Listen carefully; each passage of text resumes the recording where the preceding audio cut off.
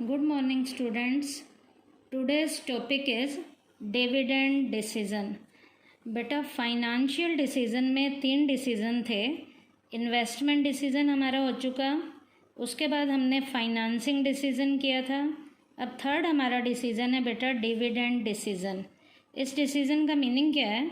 It refers to the determination of how much part of earning should be distributed among shareholders by the way of dividend and how much should be retained for meeting future needs as retained earning.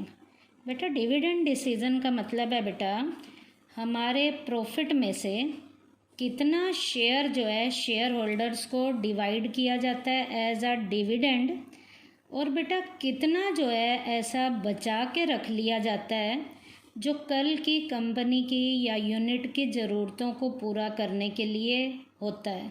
इसका मतलब profit का ऐसा share जो कुछ तो share holders में divide कर दिया जाए और कुछ बचा हुआ जो हम रिटेन्ड अर्निंग में डालते हैं, उसके डिटर्मिनेशन को, उसके निर्धारण को डिविडेंड डिसीज़न का नाम दिया जाता है.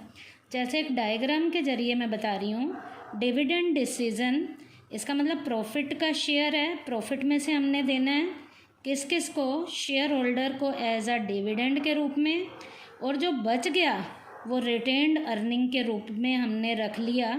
और रिटेन्ड अर्निंग के रूप में जो हमने रखा है, जिस फंड में रखा है, उस फंड में से पैसे का यूज़ बिजनेस की फ्यूचर नीड्स को, जो कल की ज़रूरतें हैं, उन ज़रूरतों को पूरा करने के लिए किया जाता है. उसके बाद बेटा डिविडेंड डिसीज़न पे कुछ फैक्टर जो हैं वो अपना अफेक्ट डालते हैं. वो फैक्टर कौन कौन से हैं? उनमें पहला फैक्टर है earning. Dividend is paid out of the present and reserve profit. बेटा मैंने पीछे भी बताया और अब फिर बता रही हूँ कि डिविडेंड जो दिया जाता है वो प्रेजेंट वाले प्रॉफिट में से और पीछे का जो बचा हुआ प्रॉफिट है उसमें से दिया जाता है. Therefore, greater amount of total profit will ensure greater dividend. इसका मतलब जितने ज़्यादा हमें प्रॉफिट होते हैं उतना ही डिविडेंड का शेयर जो है वो ज़्यादा होता है. इसका मतलब ये किसके ऊपर डिपेंड करता है? अर्निंग के ऊपर. अर्निंग का मतलब प्रॉफिट जितने ज़्यादा होंगे डिविडेंड का शेयर उतना ही ज़्यादा होगा. सेकंड पॉइंट है बेटा हमारा स्टेबिलिटी ऑफ अर्निंग. ये अर्निंग किस रेट से मिल रही है? हमें स्टेबल रेट से मिल रही है या डिफर रेट से मिल रही है? तो ये स्टेबिलिटी के ऊपर भी डिपेंड करता है. A company having stable earning is in a position to declare more dividend and vice versa. बेटा जिस भी कंपनी की अर्निंग स्टेबल रेट से होती है, एज इट इज़ रेट से हमेशा होती है, वो कंपनी बेटा ज़्यादा डिविडेंड डिक्लेयर करती है.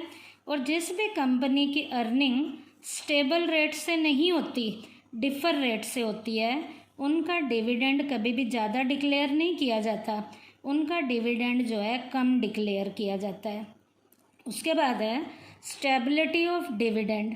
अब बेटा पहले तो था स्टेबिलिटी ऑफ अर्निंग था, अब स्टेबिलिटी ऑफ डिविडेंड भी एक फैक्टर है जो डिविडेंड के डिसीज़न पे अपना अफेक्ट डालता है. Every company adopts the policy of maintaining the stability of dividend per share. हर कंपनी बेटा अपने शेयर्स के ऊपर जो डिविडेंड है वो ज़्यादातर स्टेबल रेट से ही डिक्लेयर करने की पॉलिसी बनाती है. From this point of view a little change in profit should not be allowed any increase और डिक्रीज इन द डिविडेंड. बेटा जो उनकी स्टेबल रेट की पॉलिसी बनती है उसी पॉलिसी के अकॉर्डिंग वो डिविडेंड डिक्लेयर करते हैं. अपनी मर्जी से डिविडेंड कम या ज़्यादा जो है वो डिक्लेयर नहीं करते. क्यों? क्योंकि जो पॉलिसी होगी उसी के अकॉर्डिंग डिविडेंड को डिक्लेयर किया जाता है. तो ये डिविडेंड की स्टेबिलिटी भी डिविडेंड के डिसीज़न पे अपना अफेक्ट डालती है. उसके बाद है ग्रोथ अपॉर्चुनिटीज़, कि हमारे विकास के चांसेस कितने हैं, कि हमारी यूनिट विकास के रास्ते पे जा रही है या हमारी यूनिट पीछे की ओर जा रही है. If the company has more opportunities for growth, यदि कंपनी के ग्रोथ के चांसेस बहुत ज़्यादा हैं, उसे बहुत ज़्यादा मौके मिल रहे हैं आगे बढ़ने के, it will require more finance, उसे ज़्यादा पैसे की ज़रूरत होगी। In such a situation a major part of income should be retained.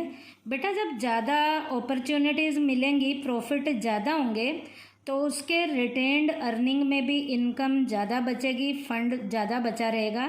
And a small part of it should be paid as dividend, और थोड़ा हिस्सा जो है डिविडेंड के रूप में दिया जाएगा, ज़्यादा हिस्सा बचा के रिटेन्ड अर्निंग के रूप में रख लिया जाएगा। तो ये तो ग्रोथ अपॉर्चुनिटी का पॉइंट था।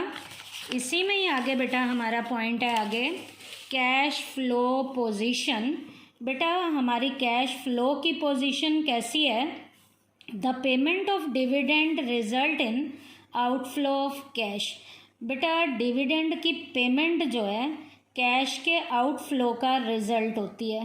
बेटा मैंने कल भी आपको बताया था कि कैश एक तो आउटफ्लो होता है और एक इनफ्लो होता है। आउटफ्लो का मतलब होता है जो हमने इन्वेस्ट किया है, और इनफ्लो होता है जो इन्वेस्ट करने के बाद रिटर्न निकलता है। तो ये इन्वेस्ट कितना हमने किया है उसके ऊपर भी ये डिपेंड करता है। The better the cash flow of the company, the better will be the capacity of the company to pay dividend. बेटा यदि कंपनी में ज़्यादा लोगों ने इन्वेस्ट किया है, इसका मतलब कंपनी के पास बहुत ज़्यादा पैसा है और उस पैसे से वो उतने ज़्यादा प्रॉफिट कमाएंगे और लोगों को डिविडेंड भी उतने ज़्यादा रेट से देंगे। उसके बाद है बेटा शेयर होल्डर्स प्रेफरेंस, कि वो कैसे शेयर होल्डर को प्रेफरेंस देते हैं। बेटा शेयर होल्डर्स भी कई तरीके के होते हैं, इक्विटी शेयर होल्डर होते हैं, प्रेफरेंस शेयर होल्डर होते हैं। तो बेटा यहाँ शेयर होल्डर्स की प्रेफरेंस को भी ध्यान में दिया जाता है। यहाँ कह रहा है if a majority of shareholders are those type who invest with the purpose of getting some regular income, the company must declare dividend according to their expectation। बेटा यदि ज़्यादा से ज़्यादा शेयर होल्डर ऐसे हैं जो कंपनी में जो डिविडेंड जो है रेगुलर रेट से चाहते हैं, तो उनकी एक्सपेक्टेशन के अकॉर्डिंग ही उन्हें जो है डिविडेंड दिया जाता है, क्योंकि ज़्यादा शेयर होल्डर्स वैसे टाइप के हैं। और दूसरा उसके उलट on the contrary, if the majority of shareholders are of those type who invest in the company to gain capital, यदि शेयर होल्डर्स ऐसे ज़्यादा हैं जिनकी मेजॉरिटी ऐसी ज़्यादा है जो कंपनी में कैपिटल से प्रॉफिट ज़्यादा लेना चाहते हैं, then the company enjoy freedom about declaring dividend. तो डिविडेंड को डिक्लेयर जो है अपनी मर्जी से किया जाता है। इसका मतलब कभी ज़्यादा भी हो सकता है और कभी कम भी हो सकता है। तो यहाँ शेयर होल्डर्स प्रेफरेंस में हमें बेटा एक कैपिटल गेन का मीनिंग भी पता होना चाहिए। कैपिटल गेन का मीनिंग है बेटा selling shares on increase price and earning profit.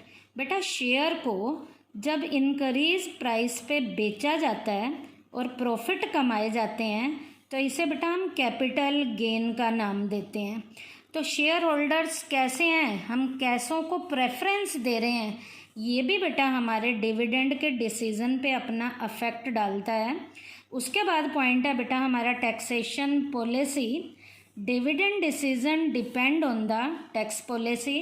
कितना हमने डिविडेंड देना है ये बेटा हमारी टैक्स की पॉलिसी पे भी डिपेंड करता है कि हम टैक्स ज़्यादा दे रहे हैं या कम दे रहे हैं।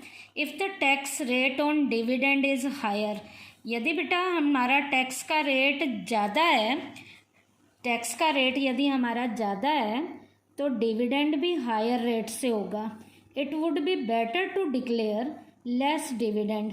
इसका मतलब हम टैक्स रेट मतलब टैक्स ज़्यादा दे रहे हैं, इसका मतलब अर्निंग में से जब हम टैक्स दे देंगे तो डिविडेंड हम ज़्यादा डिक्लेयर नहीं कर पाएंगे। और यदि हमारा टैक्स हम कम दे रहे हैं तो हमारे पास प्रॉफिट ज़्यादा बचेगा, तो हम डिविडेंड ज़्यादा रेट से डिक्लेयर कर सकते हैं। Nowadays in the hands of share holders the dividend income is tax free. आज के टाइम में बेटा शेयर होल्डर्स के लिए जो डिविडेंड की इनकम है वो टैक्स फ्री है।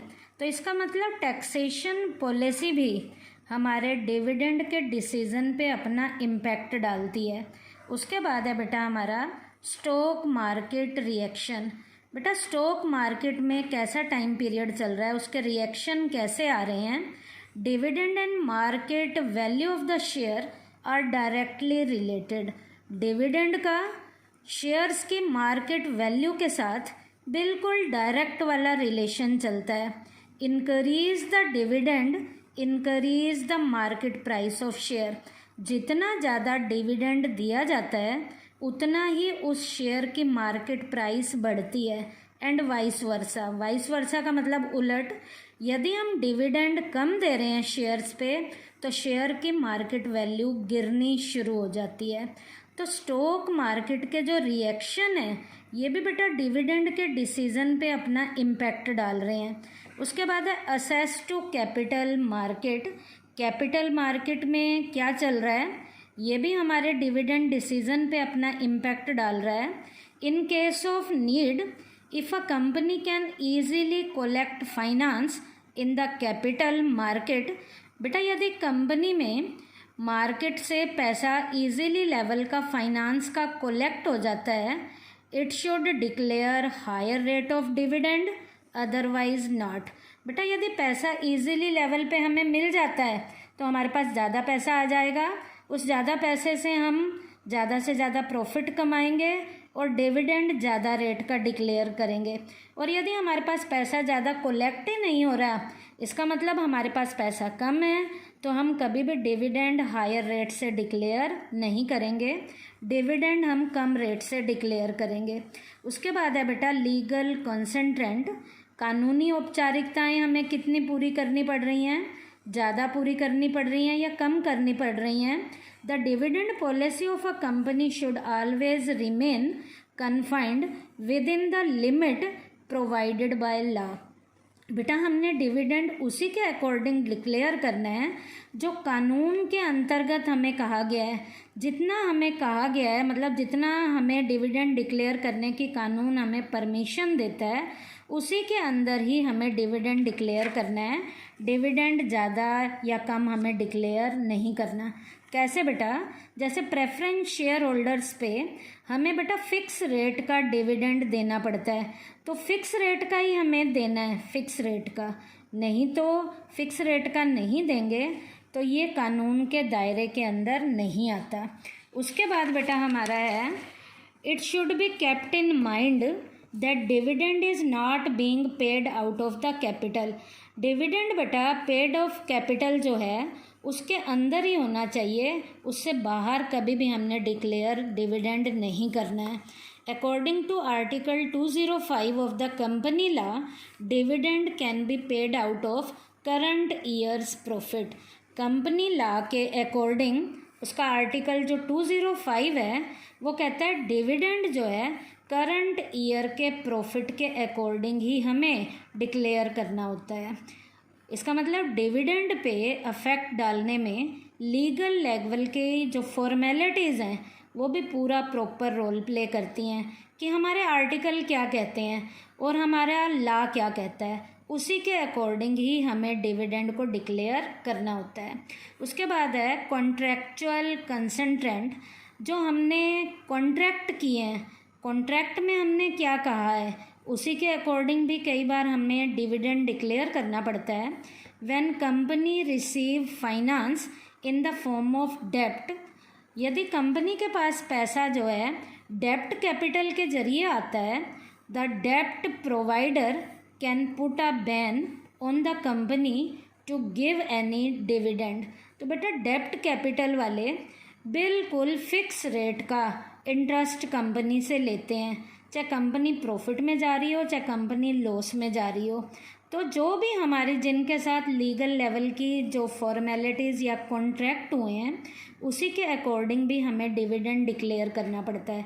यदि हमने डेप्ट कैपिटल वालों को कहा है कि हम 5% का आपको इंटरेस्ट या डिविडेंड देंगे, तो कंपनी चाहे प्रॉफिट में जा रही हो चाहे लॉस में जा रही हो, डेप्ट कैपिटल पे हमें वही फिक्स रेट का जो इंटरेस्ट है एज अ डिविडेंड जो है हमने देना ही देना है। तो बेटा ये टॉपिक हमारा जो था डिविडेंड डिसीजन का था।